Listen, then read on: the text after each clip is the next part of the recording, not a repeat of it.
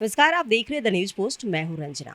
राज्य में असंतुष्ट वर्गों का संख्या दिन प्रतिदिन उसमें इजाफा ही हो रहा है, कमी नहीं दिख रही है, चाहे वो राजभवन के समक्ष हो या अलग अलग कहीं और भी जगहों पर।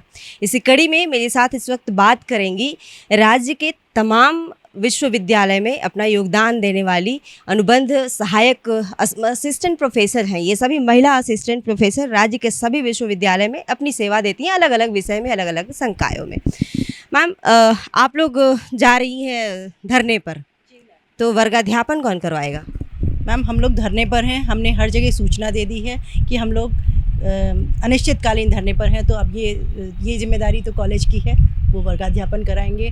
सरकार को इसी तरह से जगाया जा सकता है कि जब हम काम रोक देंगे तो किस तरह से असर आएगा उनके काम पर। आप लोग हर बार अलग अलग तरीके से अपनी मांग को रखती हैं, जी। सुनता है लोग? इसके पहले भी हम लोगों ने ये किया है, प्रदर्शन किया है। और एक बार तो मुख्यमंत्री जब सत्ता में नहीं थे तो स्वयं धरना स्थल पर आकर के उन्होंने आश्वासन दिया था कि जब वो सत्ता में आएंगे तब हमारी सभी अनुबंध कर्मियों को नियमित करेंगे, हम सभी प्राध्यापकों को नियमित करेंगे। हम लोग उसी आशा में आज ये ध्यानाकर्षण प्रस्ताव, फिर से हम ध्यानाकर्षण आंदोलन कर रहे हैं। अभी तो सत्ता में 2.5 वर्ष से हैं मुख्यमंत्री हेमंत सोरेन, तो अब नहीं मिलते हैं क्या आप लोग? जी, हम लोग कई बार अपना ज्ञापन दे चुके हैं, कई बार उनसे आग्रह कर चुके हैं। और अब उसी कड़ी में हमारा ये अंतिम प्रयास, मानिए इसे अंतिम प्रयास, इस उम्मीद से कह रही हूँ कि इस प्रयास पे अवश्य मुख्यमंत्री इस बात को मान जाएंगे और हमें अब्जॉर्ब करेंगे। 28 जुलाई से 6 अगस्त तक राजभवन के समक्ष ये सभी पढ़ी लिखी डॉक्टरेट महिलाएं जो असिस्टेंट प्रोफेसर हैं, अपना योगदान देती हैं अलग अलग विषय में, अलग अलग यूनिवर्सिटी में, अलग अलग ज़िलों में। ये अब याचना इनका कार्यक्रम है, मौन व्रत करेंगी और ये इंटेलेक्चुअल तरीके से धरना प्रदर्शन पर बैठेंगी, क्योंकि ये सभी जगह से थक हार गई हैं। राज्य के मुखिया पूर्व में जब वो मुखिया नहीं थे तो उन्होंने वादा किया था कि इनकी मांगों को वो पूरा करेंगे। फिलहाल वादा क्या हुआ नहीं पता, लेकिन रक्षाबंधन नज़दीक है।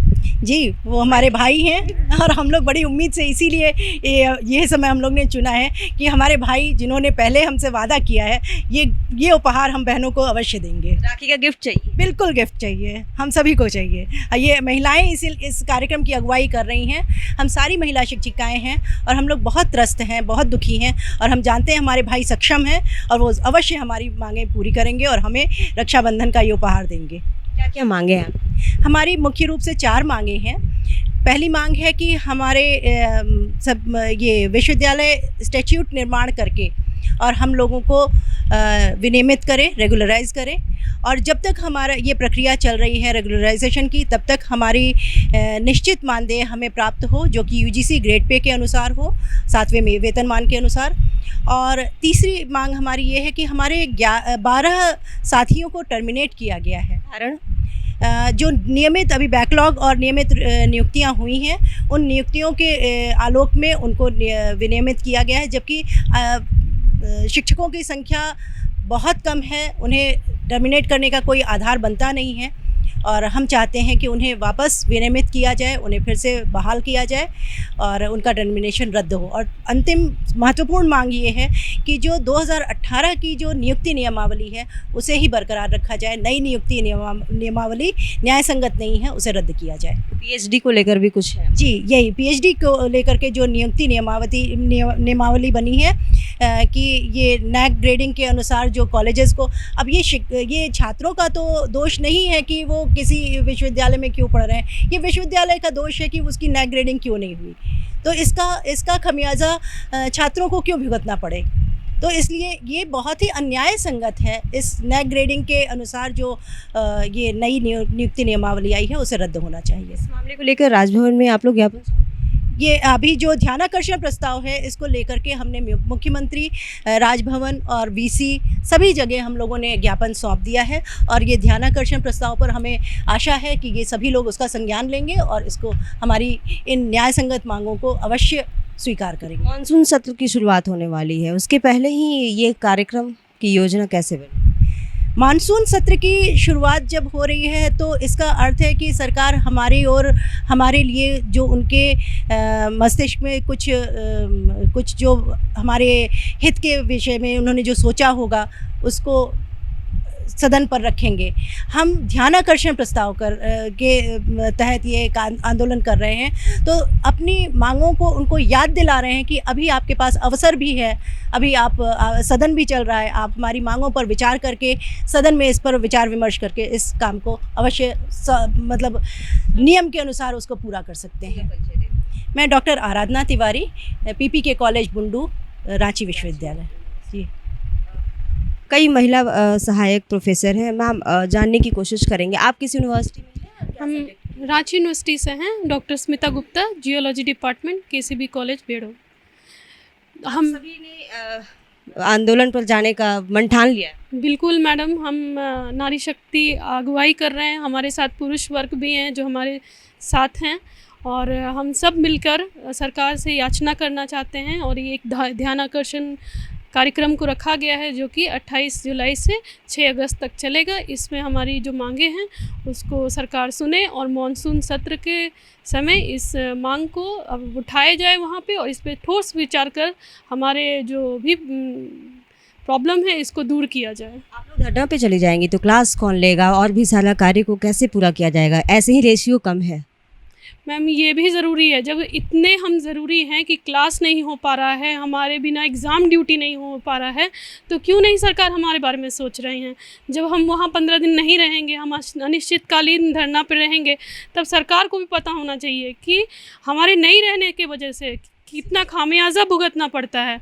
तो हम लोग के बारे में वो सोचें। हम एक उनको जगाने का ये कार्यक्रम करने जा रहे हैं, उनको बताना चाह रहे हैं कि हम लोग भी उनका सहयोग करना चाहते हैं ताकि झारखंड की शिक्षा की गुणवत्ता बरकरार रखें और उसको और ऊंचा तक हम लोग ले जा सके। इसीलिए हम लोग चाह रहे हैं, भले हम लोग को काम छोड़ना पड़ रहा है, इसके अलावा हम लोग के पास और कोई रास्ता नहीं बचा है। हम लोग का अभी जो टेन्योर है वो 30 सितंबर ही तक है, उसके बाद समाप्त हो जाएगा। कई शिक्षक को भी निकाल देने का शुरू हो गया है, जैसे सिद्धू कानू यूनिवर्सिटी में 6 शिक्षक निकाल दिए गए हैं, और कोल्हान में भी है 6 हटा दिए गए हैं।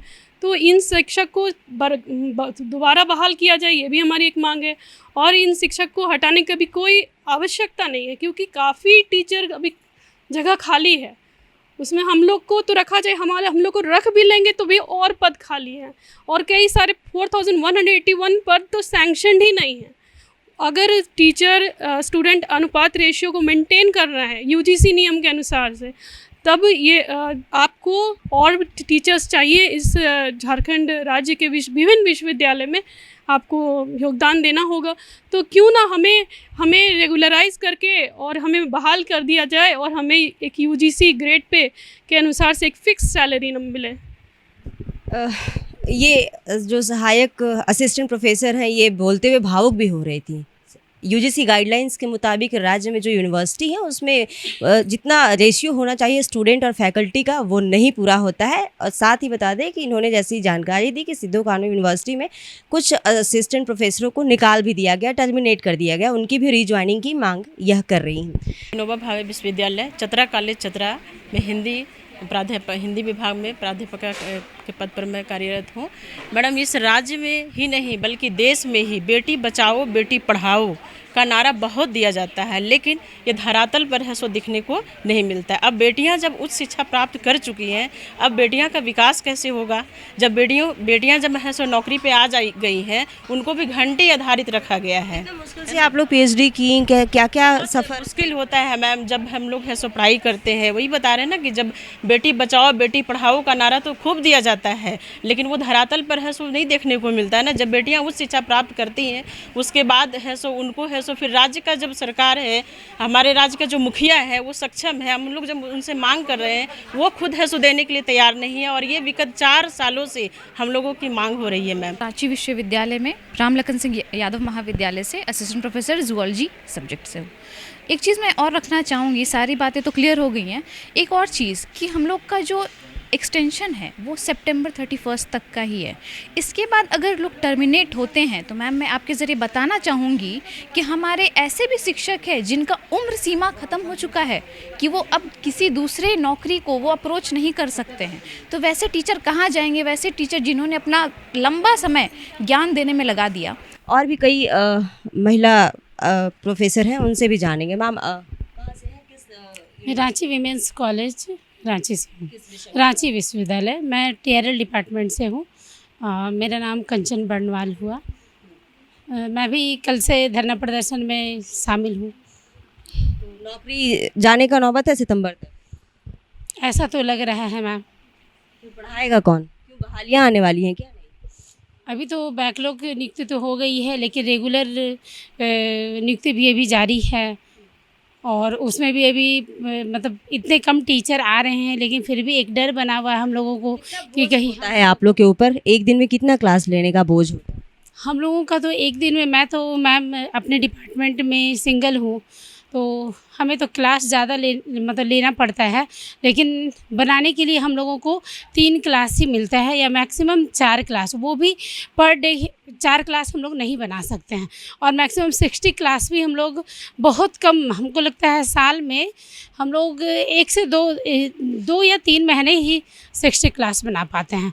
और कभी कभी तो ऐसी स्थिति आती है जो किसी महीने में, जैसे अभी जुलाई चल रहा है, तो जुलाई में हम लोगों का 600 पर क्लास है, जिसमें हम लोग 4 से 6 क्लास ही दिखा सकते हैं। डीपी के टाइम हम लोग का अक्टूबर नवंबर में जो छुट्टी होती है, उस समय भी हम लोगों का मतलब 3 से 4 हज़ार ही सैलरी बन पाता है। समर वैकेशन जैसे है मई जून में, उस समय भी हम लोगों का 4-5 हज़ार, 6 हज़ार, 8 हज़ार ऐसे ही जाता है। काम का लोड इक्विवेलेंट होता है, पैसे उतने नहीं मिलते। हाँ, और कार्य तो सारे करते हैं, जितने नियमित से शिक्षक करते हैं वैसे ही हम लोगों को भी, कॉन्ट्रेक्चुअल को भी करना पड़ता है।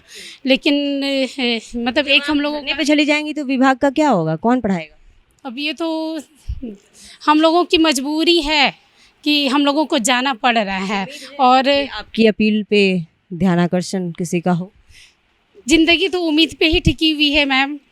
कोशिश कर रही हूँ कि सरकार हम लोगों के सुने और हम लोगों का जो भी दुखड़ा है वो हम लोगों का दूर हो, क्योंकि हम लोग जितने नियमित टीचर को इतने सारे सैलरी मिलते हैं यूजीसी ग्रेड पे के अनुसार, और हम लोगों को 36,000 भी सही से नहीं मिल पाता है। कभी 4,000, कभी 6,000, कभी 15,000, कभी 30,000, इस तरह से। आप लोग जो नियमित वहाँ पे फैकल्टी है, उनके अनुसार ही आप लोग सारा कार्य करती हैं, लेकिन पैसे आपको कम मिलते हैं, समय ज़्यादा लगता है, तो क्या मांगे?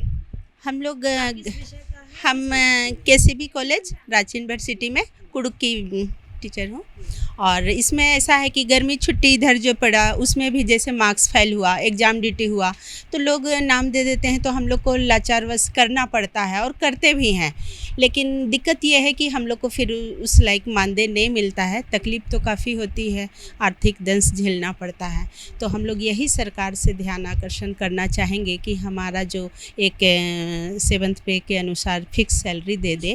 वैसी आती है जब जो नियमित वाले होते हैं और उस समय आप भी होते, क्या फीलिंग होती? बहुत ख़राब फीलिंग होता है कि हमारा कोई वजूद ही नहीं है, हम उस लायक ही नहीं है। इतना जो डिग्रीधारी नेट पीएचडी करके उसके समकक्ष खड़े होने के ये में है, और हम हाँ, लेकिन उसके बावजूद लगता है कलर को जो सामान है, लेकिन हमें वो सामान नहीं मिलता है। स्टूडेंट भी वैसा फील करा देते हैं। स्टूडेंट भी वैसा फील करा देते हैं, लेकिन हम लोग फिर भी अपने आप को पर्दा, एक जैसे बोलते हैं ना बुर्का पहने, वैसे हम लोग बुर्का पहने हुए आते हैं जाते हैं कि हमारी जो सच्चाई है वो छात्र भी ना जाने और मेरे जो रिश्तेदार है वो भी ना जाने।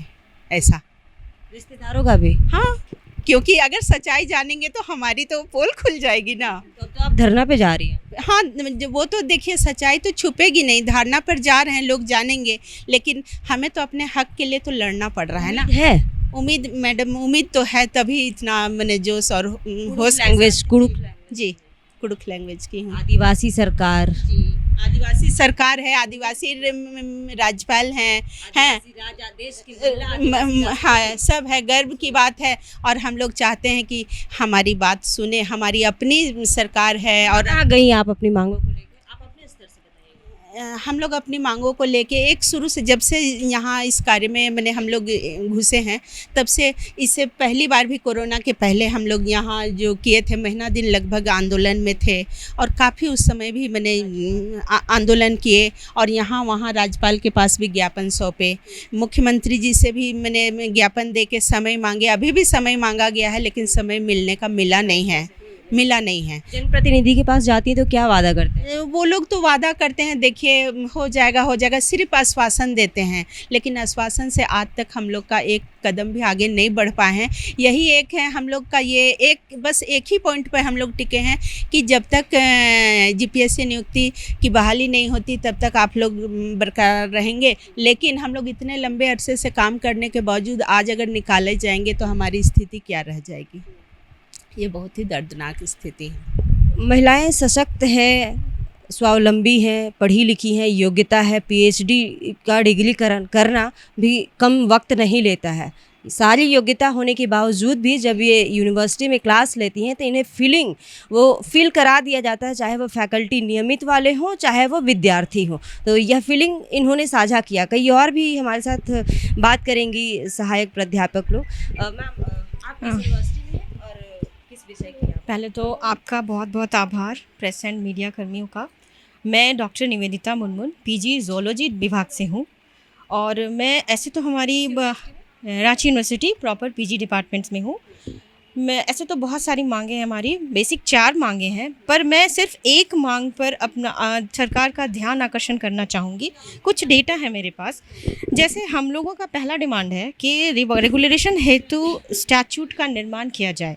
क्यों किया जाए?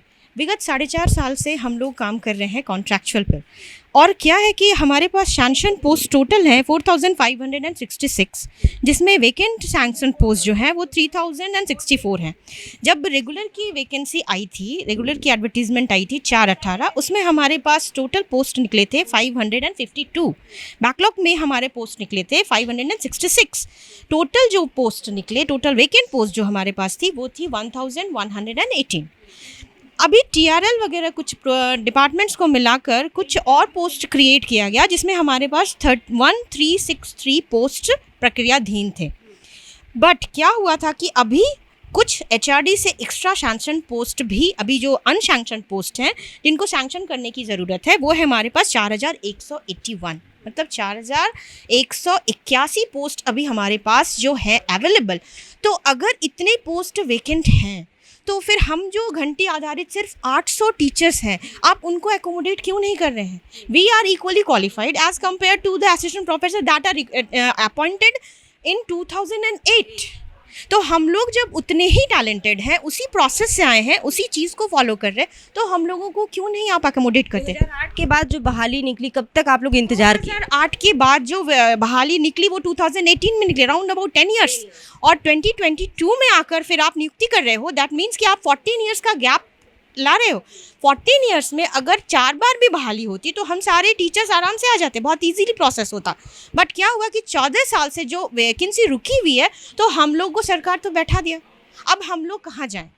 झारखंड के बाहर हम लोग क्यों जाएं, जबकि हमारी सारी क्वालिफिकेशन झारखंड में हुई और हम लोग महिलाएं हैं। महिलाएं अपने घर परिवार में झारखंड में हैं, किसी की शादी हुई है, बेटी है, कोई माँ है, कोई बहू है, तो वो यहाँ पढ़ाई की, यहाँ आप बहुत अच्छा परफॉर्मेंस दे रही हैं, फिर आप बाहर जाकर एम्प्लॉयमेंट क्यों ढूंढें? क्योंकि हमारे पास बहुत सारे एम्प्लॉयमेंट्स हैं, अभी इसी सेक्टर में बहुत सारे वैकेंट पोस्ट हैं। तो फिर आप इतना सारा पोस्ट को वैकेंट रख के आप सिर्फ 566 पोस्ट निकाल रहे हो, 522 पोस्ट निकाल रहे हो, क्यों? अनुपात क्या है, रेशियो क्या है स्टूडेंट और फैकल्टी का?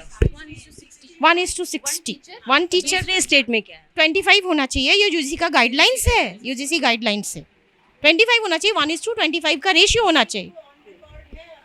ऐसे हम लोग, जैसे मैं पीजी राज्यपाल से मुलाकात करने की कोशिश करती है। पिछले वाले जो चांसलर थे उनसे हम लोगों ने मुलाकात की थी, उन्होंने अभी इन्होंने भी मतलब समय दिया है, लेकिन हमारी मांग को सुना नहीं गया। यथावत वो जो है वो अभी है। जैसा सितंबर के बाद क्या करने वाले? सितंबर के बाद तो हम लोग अभी तो हम लोग कुछ सोचे नहीं। हम लोग धरना प्रदर्शन जो कर रहे हैं वो हम लोग ध्यान आकर्षण एक प्रोग्राम रखे हैं।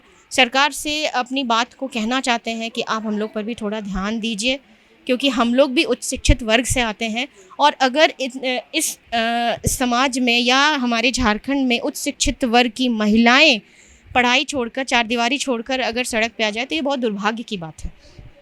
धन्यवाद। राज्य में अपनी मांगों को लेकर महिला, पुरुष, बुजुर्ग, बच्चे, सभी छात्र आंदोलन करते रहे। राज्य का कोई भी ऐसा दिन नहीं हो जो राजभवन के समक्ष धरना प्रदर्शन नहीं हो, लेकिन अब यहाँ पर सड़क पर पढ़ी लिखी हायर एजुकेशन वाली हाई क्वालिफाइड अगर बात किया जाए तो इंटेलेक्चुअल वर्ग भी शांतिपूर्ण तरीके से धरना प्रदर्शन के लिए मजबूर हो गया, क्योंकि वो राज्य में जितने भी विश्वविद्यालय हैं वहाँ पर अलग अलग विषयों में अपना योगदान देती हैं और अब वो मजबूर हैं, मजबूरी उन्होंने साझा कर दिया आपसे।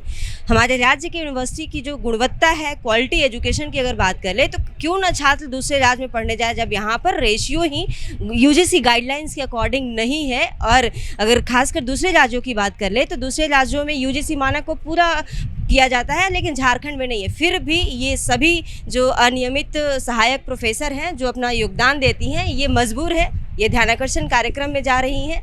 और यह तो देखने वाली बात होगी कि विधानसभा का मॉनसून बजट सत्र है, उस बीच किनका ध्यान और इनकी बातें सदन में गूंजती है या फिर यूं ही अनिश्चितकालीन धरना प्रदर्शन के लिए ये पढ़ी लिखी महिलाएं मजबूर होती हैं। तमाम इसी तरह के अपडेट्स के लिए बने रहिएगा द न्यूज़ पोस्ट के साथ। नमस्कार।